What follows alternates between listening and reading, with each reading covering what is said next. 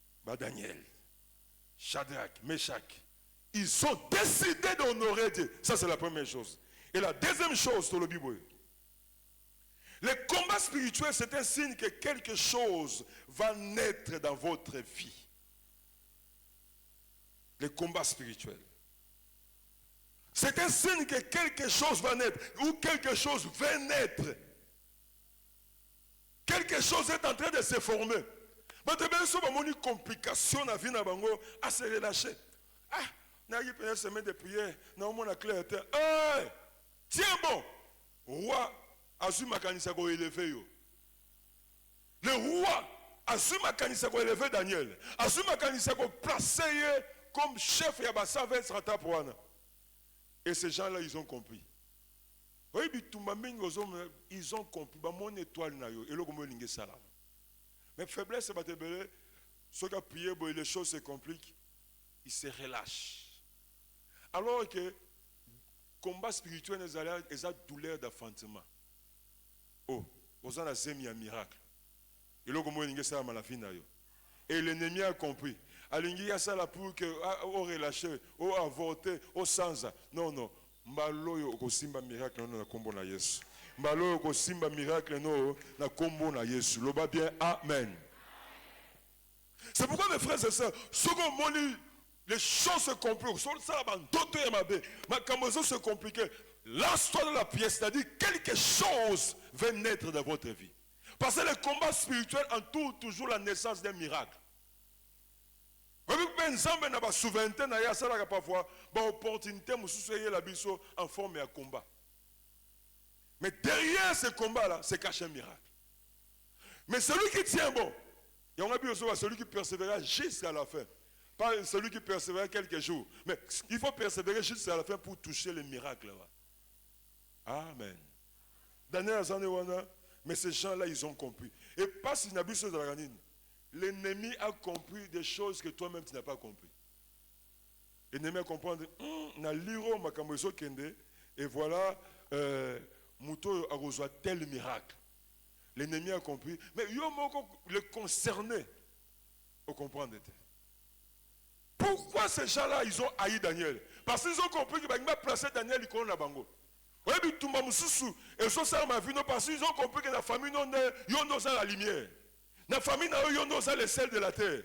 La famille n'a pas Dieu passera par toi pour changer la situation spirituelle, la situation sociale. Ils ont compris. Babi alors, tu bondissais, tu découragé. Amen. Et tu vas voir que, au second comme moi, entre tes mains, tu n'as rien. Bon, on écoute à ma longa. Au sein de la montée, mais tu as la bitumba. Oui, parce qu'ils ont compris. Ce qu'on comprend, le tiens bon. Amen. Daniel a vu les décrets. Il a vu les décrets, mais il n'a pas changé son comportement. Alors, but est de comprendre. Il a continué dans sa même façon de fonctionner. Il priait comme d'habitude, mais il y a des décrets. Babi Mouton a prié, a prié au roi. Mais sans prier au roi pendant 3 mois. Il y avait les décrets, mais Daniel a tenu compte d'un décret. Mais ce que la suite, c'est quoi? Il a prospéré. Dans la Bible, ceux qui ont tenu bon devant le combat, après cela, il y a eu la prospérité. Nous avons annoncé que nous avons caché le miracle. Nous avons un complot, nous avons un boulot, et il n'y a pas de position. Mais il y a ça dans qui est Amen.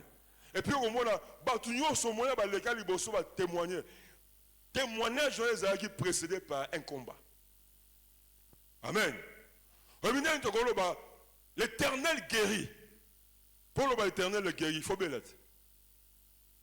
Dieu pourvoit. En tout cas, Dieu, nous avons présence à Chauva gérer. Mais il faut les gars en piaka. Amen. Il y a un sourd aux les gars en piaka. Il y a un piaka qui kunda ote. Et il y a pour l'exemple que nous avons ça Chauva gérer. Mais il y a faut tenir bien sans zolo à mutumo koboy. Ce qu'on zolo les gars habituellement, il y a un kunda ote, il y a confirmer comme autant que Nzambe wana. Oui, pour adorer Nzambe comme l'Éternel des armées célestes, il faut bunda. Tant qu'on bunda, longi bitumba réellement Dieu est l'Éternel des armées célestes. Est-ce que vous comprenez que ma camoye est au pambola yo? Est-ce que vous comprenez que ma camoye est au pambola yo? Dieu est venu opérer un signe. Mais comment il va opérer un signe? Il faut qu'il y ait des événements qui continuent à opérer un signe. Et décret wana, force au lion, tous ces événements, et il y a un signe. Si vous avez total la tant que Daniel a mon décret, à qui il expliqué, a mon décret, à continuer à bien faire un traité, et puis nous comprendre, ah oui, ça m'a cambié la vie, en tout cas pendant, et puis un mois son assemblée, c'est pas grave, non? Et puis après un mois, je vais prier. Et puis Daniel a se conformer à décret, signe il y a ça le matin. Amen. Vous voyez que nous avons retardé le miracle qui fait ça. Pourquoi? Parce que tu t'es conformé avec les décrets. Si Daniel s'est conformé avec les décrets, il n'y aurait pas eu de miracle. Il fallait aggraver les décrets pour qu'il y ait le miracle. Amen. C'est pourquoi il faut comprendre que le combat spirituel de ma vie entoure la naissance des miracles. Est-ce que vous êtes prêts pour le miracle, Loan? Est-ce que vous êtes prêts pour le miracle, Loan? Est-ce que vous êtes prêts pour le miracle, Loan? On va bien, Amen. Hey. Et puis, vous avez une expérience dans un ensemble. Nous avons pas yamine salama. N'a pas ce exemple, mon quand on a implanté l'église, on a implanté l'église. Là, chaque vendredi, on a prié, on a prié à 10h à 18h. Mais on a l'ensemble. Et puis, on a coopéré qui a servi, il faut louer, micro parce qu'on n'avait rien. Il n'y avait rien.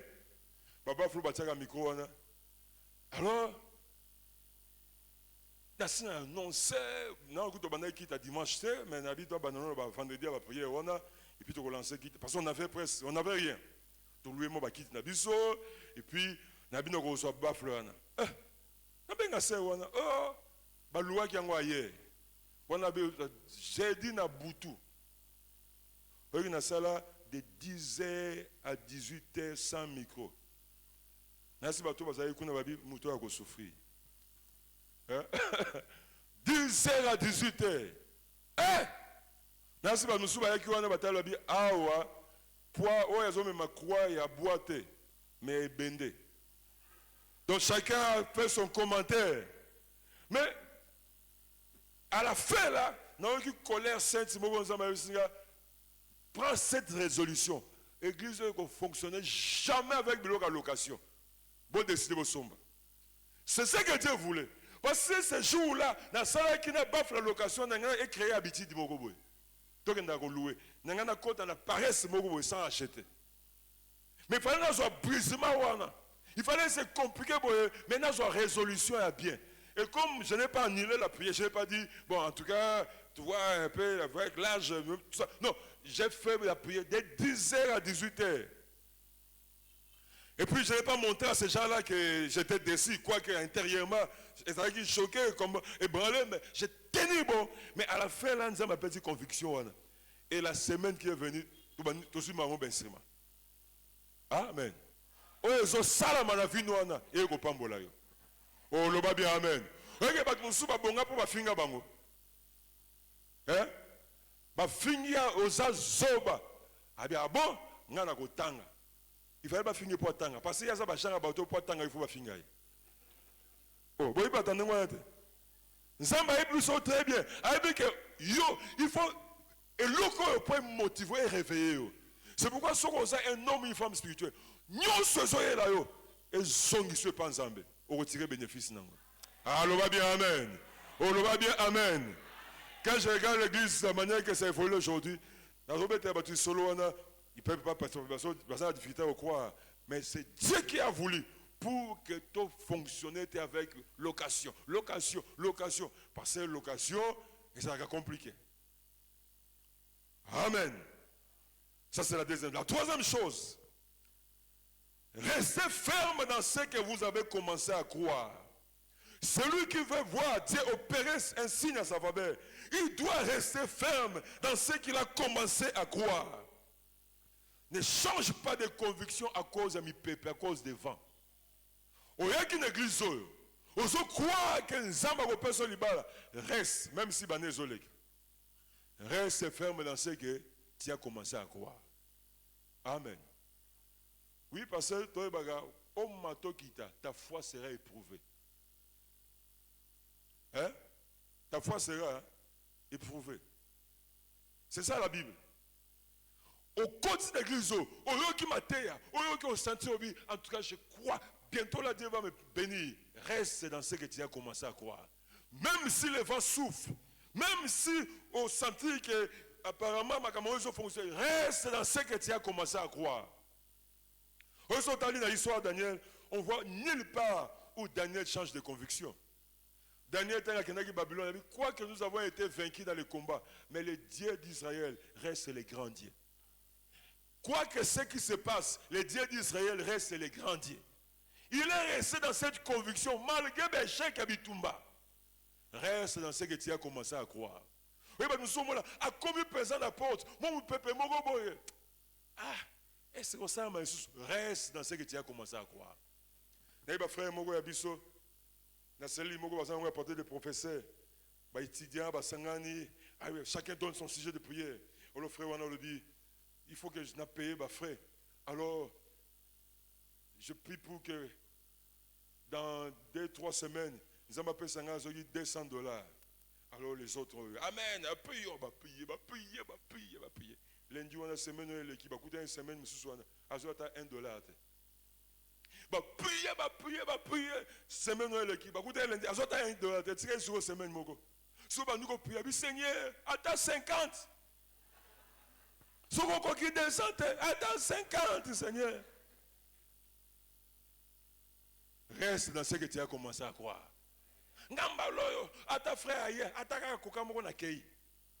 Reste dans ce que tu as commencé à croire.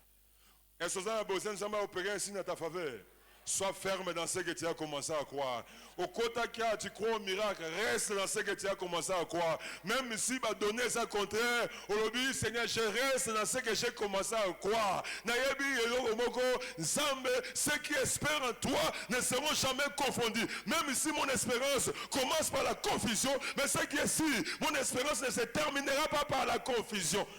Nazomona munoko moke ko tombola nzambe na église oyo. Nazomona munoko moke ko louer nzambe na église oyo. Loba bien amen. Reste dans ce que tu as commencé à croire. Oui, chacun de nous, nous sommes là parce que nous croyons à quelque chose.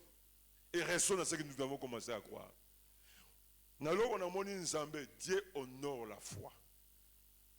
Amen. Mais pour qu'on a opéré un signe à ma faveur, nzambe honore foi na yo, yebaka ta foi sera éprouvée. Amen. Yangwana bitumwana okuganya ngona kombo na Yesu.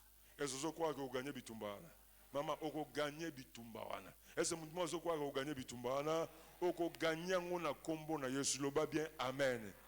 Mais il faut que tu restes dans ce que tu as commencé à croire.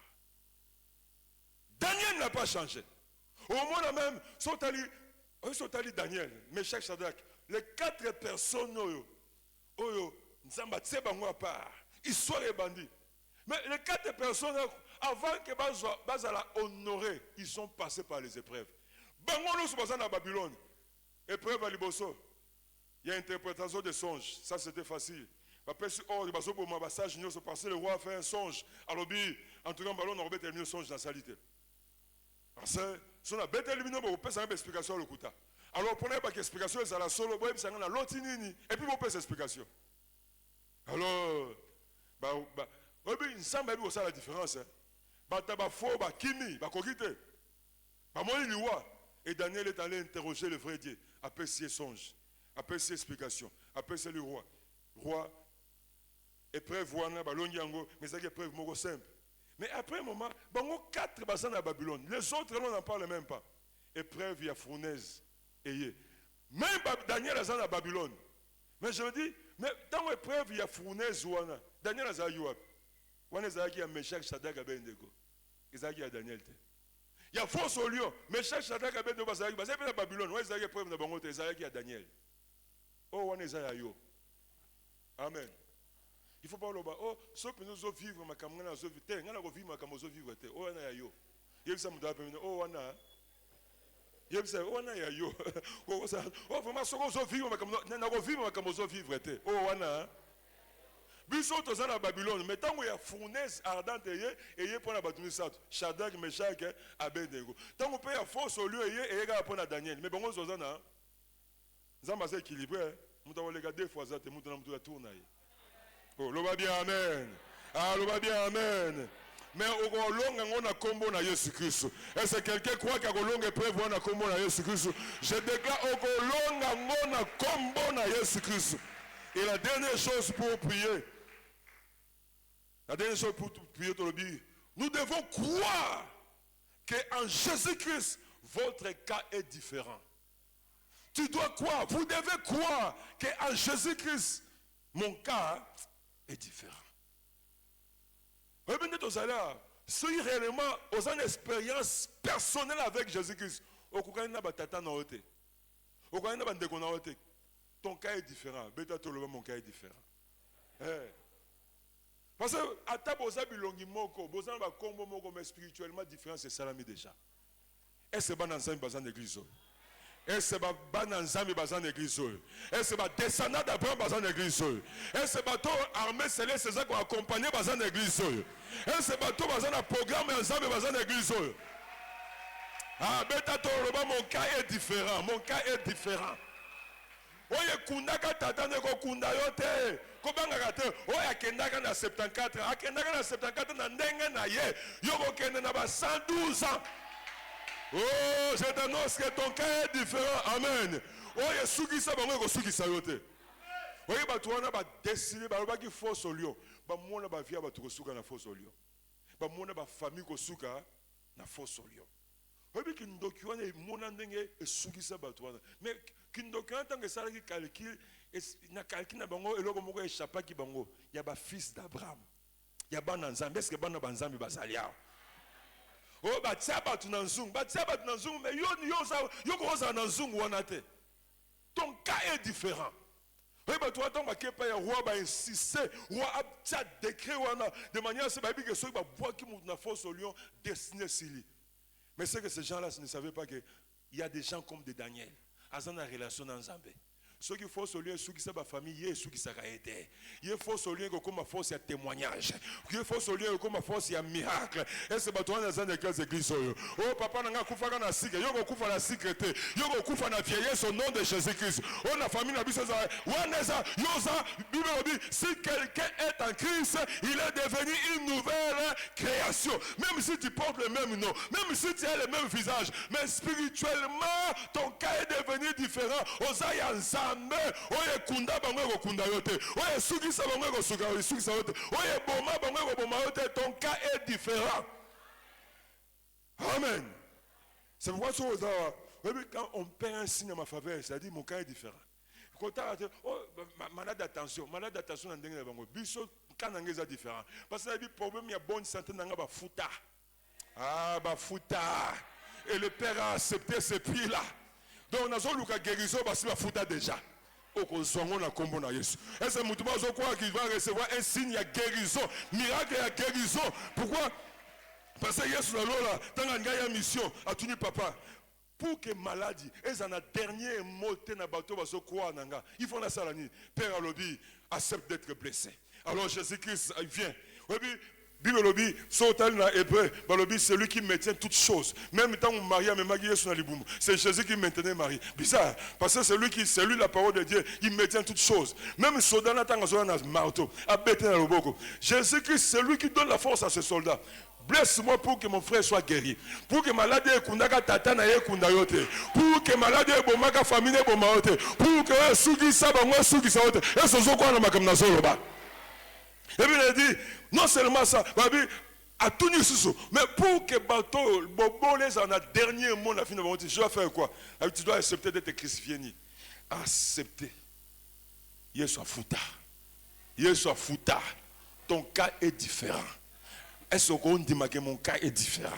Il y a un seul dans la famille, oui, mais puis c'est ça, moi mon cas. Oh, il y a une assurance, il y a une assurance. On a pas tant de masola par rapport à bête en matanga. Biso to kufa akakaboy. Bino ne beaucoup fa akakaboy. Moi mon cas. Oh biso za moi liboso wa simba gate. Yo moi liboso ko simba. Dieu va opérer un signe dans ta famille. Moi liboso ko simba. Moi ni bale ko simba. O bota bana juste un nombre yo mo ko kisaloba bien amen. Et son oganga mon cas est différent. Hein? Daniel a kota na fausse lion. Mabima vivant. Batuba kota ba mikua mais abima hein. Parce que son cas Toi aussi ton cas. Est-ce que je crois que ton cas est différent? Est-ce que je crois qu'il y a des cambouanes, comme il taille un miracle, na problème comme il taille un miracle, est-ce que je crois que maintenant taille accomplissement, il y a prophétie, Salamaga na quoi, Golgotha, et Gogosa. Ceux qui sont malades, ils vont croire que c'est le moment d'être guéri. Maintenant, Dieu va me démontrer que le prix pour ma guérison a été payé. Ceux qui sont allés au la problème en Bongo, Dieu va démontrer que le prix pour que vienne changer financièrement, il y a 60 fous, c'est tout le monde va numéro quoi. Est-ce que tellement bête là, sur ma boque, le prix a été payé. Jésus-Christ a payé le prix. Jésus-Christ a payé le prix. Ah, je t'annonce une bonne nouvelle. Osana Nyongote, amen. La famille au Botama, Osana Nyongote, amen. Et puis, ça va au téléma. Et puis, ce qui est ok na Wednesday. Ok na Wednesday. Maman na oteka soki nzombo. Mutu yo sosana droit ko simba parce que mutu asombi nzombo wana azate. Ouais, nzombo ngo combien? Oh, 500 francs. Atala ils a cher été accueilli. Siko yo pe ozaki comme yo ozaki pe na Wednesday. Siko yo sotali combien? Oh le sang de Jésus. Asombi yo. Okomi propriété. Oye que mutu ko simba zesute. Maman moko azate soka sa somi mbisa tie na panier na ye. Siko maman moko ayeko asimba nga balola. Mutu ndima.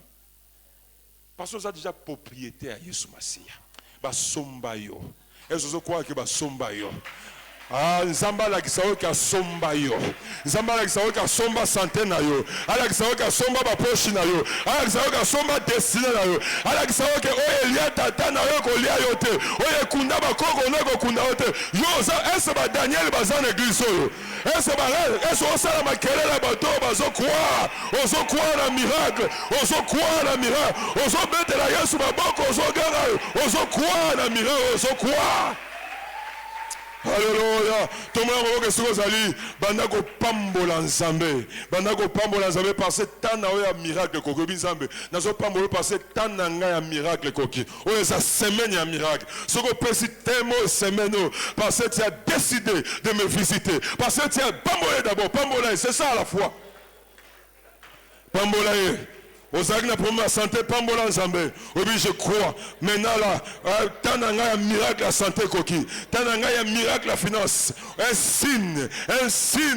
Ba tu ba komona ba koloba ya zaya nzambe. To lia ba tu mususu meye azaya nzambe. To sugisa ba tu mususu meye azaya nzambe. To mona force au lion, et sugisa ba famille, et sugisa ba tata, et sugisa ba maman. Mais nazo mono ko bima vivant, nazo mono ko bima la témoignage, nazo na histoire mususu. Est-ce que pambola nzambe ozo pambola nzambe obi tangu na nga bilembo koki babi opérer signe à ma faveur, opérer signe à ma faveur. Tangu na bilembo koki, tangu na ba signe koki, tangu na miracle koki, tangu na guérison koki. Ozo pambola nzambe tangu na nge koki, tangu na nge koki. Au nom de Jésus-Christ, au nom de Jésus-Christ, au nom de Jésus-Christ, au nom de Jésus-Christ, au nom de Jésus-Christ, au nom de Jésus-Christ, au nom de Jésus-Christ. Oh, Yesu, Yesu, Yesu, Yesu, Yesu, Yesu, Yesu, Yesu, Yesu, Yesu. Sugo zali. Ozo proclamer, ozo beta maboko, ozo proclamer, ozo loba. Oye suki sa tata nanga, ego suki sangate. Maladi eboma muto, ego boma ngate. Ngaka nangeza différent. Oye suki sa ba kata classe, ngala go kata te. Ozo beta maboko, ozo tambolo, ozo loba. Ozo loba, ozo proclamer. Oye suki sa bango ego suki sa yote. Oye kunda bango ego kunda yote. Yogo bima vivant. Le banga go bima nazo bima vivant les prévoyants. Nazo bima vivant na force au lion. Nazo bima vivant. Ozo peta maboko ozo proclamer. Ozo tanga problème na yo. Ozo nazo mona maman moko solo bango bien. Nazo mona papa moko solo bango bien. Ozo banga na prévoyant nazo bima vivant. Nazo longa. Ezali épreuve ya bilembo ya nzambe. Nazo longa. Na preuve musalo nazo signe ya nzambe nazo miracle ya nzambe na alléluia ozoloba ozobeta maboko ozoloba ozolo bango okotaki ya maladi obi nazozwa miracle ya guérison nazozwa miracle ya guérison eza kaka lelo eza lelo nzambe aza lelo aza awa alinga simba yo oh Yesu. Alléluia. Je ne connais pas ton problème. Je ne connais pas ton problème. Loba na kozala ngutite. Na komela mate. Oye kunda bangwe kunanga te. Je crois au miracle. Je crois au miracle. Je crois au miracle. Je crois au miracle. Je crois au miracle. Je proclame ton miracle. Proclame ton miracle. Proclame ton miracle. Proclame, je crois au miracle. Alléluia. Alléluia. Alléluia. Alléluia, je sens la grâce de Dieu, je sens la grâce de Dieu. Il y a plusieurs personnes que Dieu va toucher maintenant. Il y a plusieurs personnes que Dieu va toucher maintenant. Il y a plusieurs personnes que Dieu va toucher. Dieu va toucher. Zamba Wekisaweko Osayaye, Osayaye, Osayaye, Osayaye, Osayaye. Au nom de Jésus-Christ, au nom de Jésus-Christ, au nom de Jésus-Christ, au nom de Jésus-Christ, au nom de Jésus-Christ. C'est quoi ce que vous allez? Oso proclamer munoko na ekoma lokola munduki ozoloba na kombo na Yesu oyo azoluka liwana nga kokufa na place na nga oyo azoluka na perdre musala ye na ko perdre oyo azoluka babe na nga ye ko soye moko oso proclamer pona mobali na yo pona bana na yo même là où ils vont à l'école oso proclamer liloba eza ya pouvoir la mort et la vie sont au pouvoir de la langue. Que ça soit dans la famille de ton père, que ça soit dans la famille de ta mère, que ça soit dans les quartiers, que ça soit je sais où. Celui qui cherche ta mort mourra à ta place. Celui qui cherche ta destruction sera détruit à ta place. Celui qui cherche à te compliquer, celui qui sera compliqué. Celui qui cherche à te bloquer, c'est celui qui sera bloqué. Obi Nzambe, ma bena bango zongela bango, ma bena bango zongela bango. Dieu l'a démontré. Dieu l'a démontré. Bagboga Daniel la force au lion. Lui, il est sorti vivant. Mais les gens qui ont comploté, au nom de Jésus-Christ, au nom de Jésus,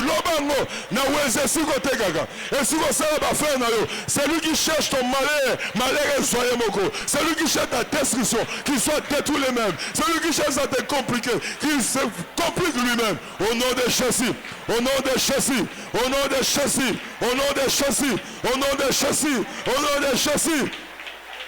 Alléluia. Maintenant, lèvons nos mains. Au une époque, il y a Daniel. Daniel a dit, Dieu a envoyé son ange.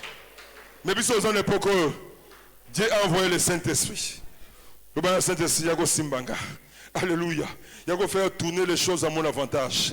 Tout le monde va beaucoup de je ne sais pas, mais il y a quelque chose qui va se passer. Ça va permettre de faire le boy. Benga sur moli mon ensemble. Alléluia ensemble. Oh on a kokokate ya kokoka. Oh batu ba kokokate ya kokoka. Même le roi Darius, il voulait sauver Daniel. Daniel mais simba gité parce que ça qui m'a commencé ensemble yemoko. Et quand il m'a commencé ensemble yemoko. Et quand il m'a commencé ensemble yemoko. Lève tes mains le bas Saint-Esprit descend. Saint-Esprit touche ma fille. Saint-Esprit visite-moi maintenant. Oh, Père, un signe à ma faveur. Ben Zamba Sarabikawa. Souvent maladie, impose-toi la main. Ganga là-bas, Père, un signe à ma faveur. Oh, Père, un signe à ma faveur. Au nom de Jésus, Jésus a payé le prix. Jésus a payé le prix. Jésus a payé le prix. Jésus a payé le prix. Jésus a payé le prix. Alléluia. Je sens la grâce de Dieu tenter de visiter quelques personnes. Oh, mise kufa et mona na combo na Jésus Christ. Oh, mato ezaki bouché, ezala débouché au nom de Jésus. Nazo commandé na infirmité nyonso. Oh, nazo déranger batu. Et qui ne bisre kauka au nom de Jésus Christ. Alléluia, alléluia.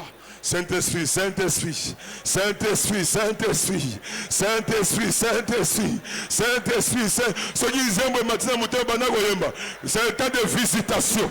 Celui qui a visité Daniel, aujourd'hui il ne vient pas pour Daniel, aujourd'hui il vient pour toi, il vient pour ton foyer, il vient pour ta famille, il vient pour toi, il vient pour ton foyer, il vient pour ta famille. Alléluia, alléluia. Qu'on s'étouffe, qu'on s'étouffe. Proclame ce que tu crois. Proclame ce que tu crois. Tu crois au miracle, proclame ton miracle.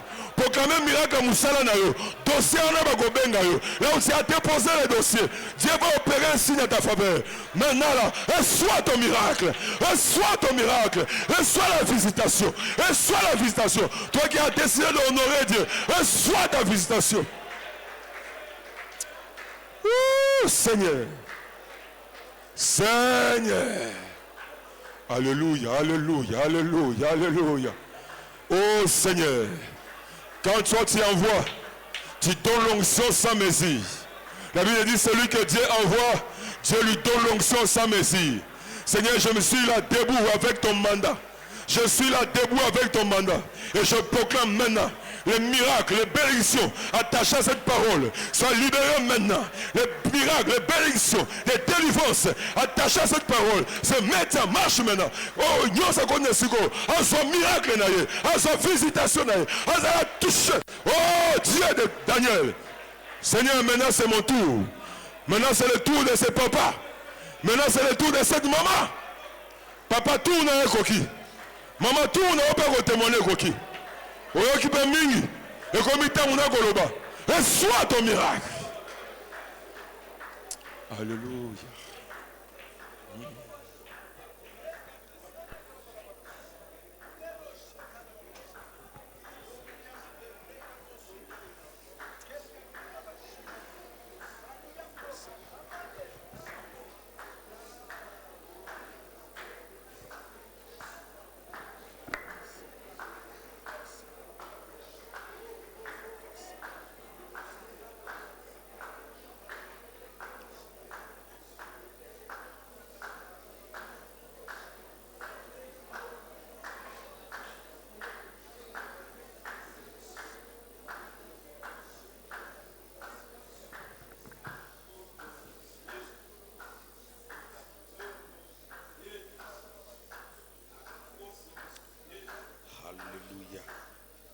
Seigneur.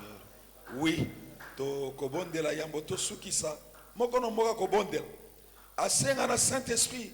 Saint-Esprit, rends la vie à mes membres, communique ta vie en moi pour que oyo nyonso ezalaki ya yote, la sémence du monde des ténèbres, avec un plan de communiquer la mort, que la vie de l'esprit prenne place en toi, prenne place dans tes membres, prenne place dans tes cellules, prenne place dans tout ce qui est en toi, au nom de Jésus, pour que tu sois changé à un autre homme.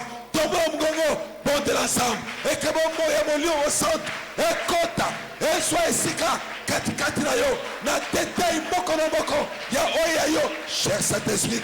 J'ai besoin de ta vie dans mes membres. J'ai besoin de ta vie dans mes cellules. J'ai besoin de ta vie dans tout ce qui est en moi. J'ai besoin de ta vie, cher Saint-Esprit. Communique ta vie.